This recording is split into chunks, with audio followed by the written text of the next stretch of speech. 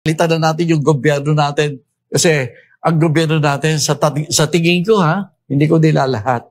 Parang hindi na alam ang gagawin kung paano aayusin ang depensa natin.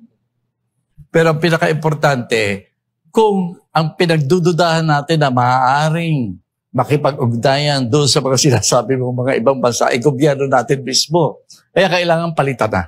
Palitan na muna. Magkaroon tayo ng bagong gobyerno at pakiusap sa ating mga kababayan. Suportahan natin ang mga inisyatiba na unang-una babaguhin ang gobyerno. Pangalawa, gagawin yung mga repair job na kailangan para sa bayan natin.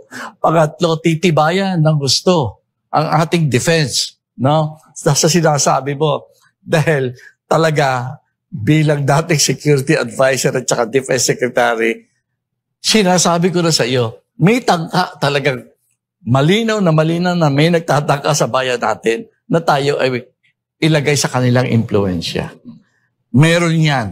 Kaya hanggat maaga, palitan na natin yung gobyerno natin. Kasi ang gobyerno natin, sa tingin ko hindi ko nilalahat.